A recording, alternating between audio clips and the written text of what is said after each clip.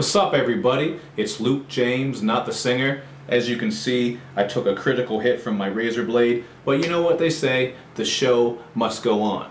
If you're an indie artist looking for an album review and some promo, you can hit up Luke at redmattersite.com. And today we're going to take a look at Action Bronson's second studio album, Mr. Wonderful. In Action Bronson's own words about his rap style, this is just rap. I'm not trying to make people think I'm some sort of scientific wizard or inspirational poet. Fuck that. It's just happy, funny, rugged, rough rap. And that all sums this album up perfectly, because it's definitely not an album that's afraid of some fun and silliness. But you probably already know that if you're familiar with Action Bronson's music, or if you've seen some of his videos, like the insane and hilarious green screen experiment happening on the 40 Shabib produced single, Actin' Crazy, which is off of this album. Now on the Alchemist produced track, Terry, we get a beat that makes you feel like you're relaxing on a sunny beach somewhere with your feet up and a cold drink. As Bronson lets us know that the first time he whacked off was with a Penthouse, and that he's been trying to get Pitbull on the remix. This is one of my favorite tracks on the album, just because it has such a happy vibe to it, and it kinda reminds me of Hawaii, and also SpongeBob SquarePants. Alchemist produced Falconry with Mayhem Lauren as well, where the silliness continues with lines like, "I know you see me on TV looking like a hunk of beef." And on Galactic Love, Alchemist brought some classy lounge production that really fits Action Bronson's bars about being at the piano with a glass of Pinot and rocking all red silk. There's also the soulful and somewhat gospel track produced by Static Selecta called The Rising, where Action Bronson is living on the edge with different colored women in his bed. But one of the most interesting tracks on here is City Boy Blues with Chauncey Sherrod. This one is produced by 88 Keys, and to me it has an indie rock and bluesy sound to it.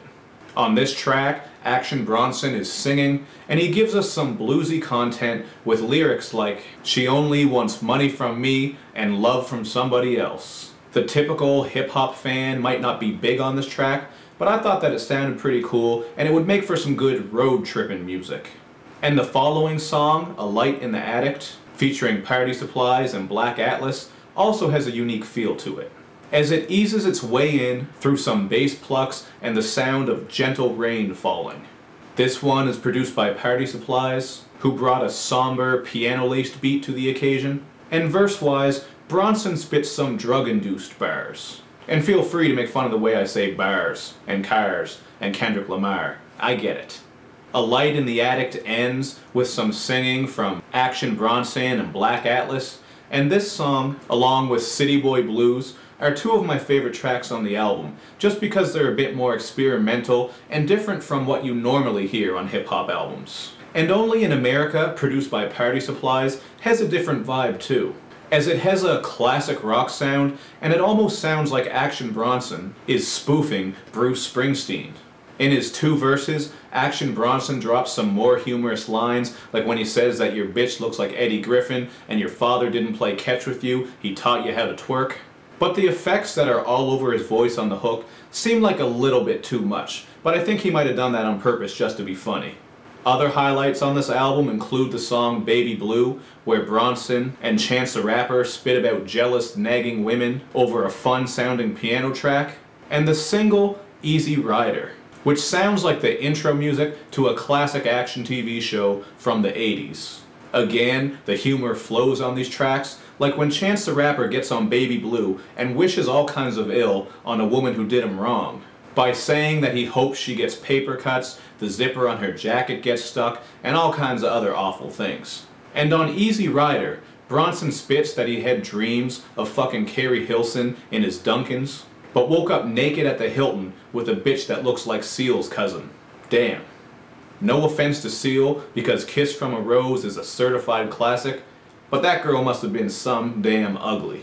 But anyway, this album took me a little bit to get into, because at first I felt like it was almost too silly, but the more I listened to it, the more I really just appreciated the overall sound. And if you're not familiar with Action Bronson, you might get a little bit turned off because his voice sounds so much like Ghostface Killah, but I got over that a long time ago because I like some of Action Bronson's older music. And at the end of the day, Action Bronson and Ghostface Killah are two very different MCs. Now the production on this album, Mr. Wonderful, has a lot of interesting stuff going on. And not only are Action Bronson's bars funny, interesting, and full of wacky references, he also has a good flow too, so it's not like he's an all-out joke rapper or anything like that.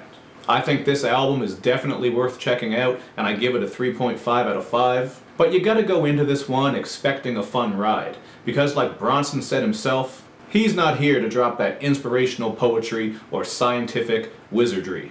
But that's just what I thought about this album. Hit me up in the comments section and let me know what you think. And as usual, do all that other good YouTube and social media stuff where you like my videos, you share them, you follow me on Twitter, you retweet the videos, and you especially subscribe to my channel. That's the one that helps me out the most. I'll see you guys next time.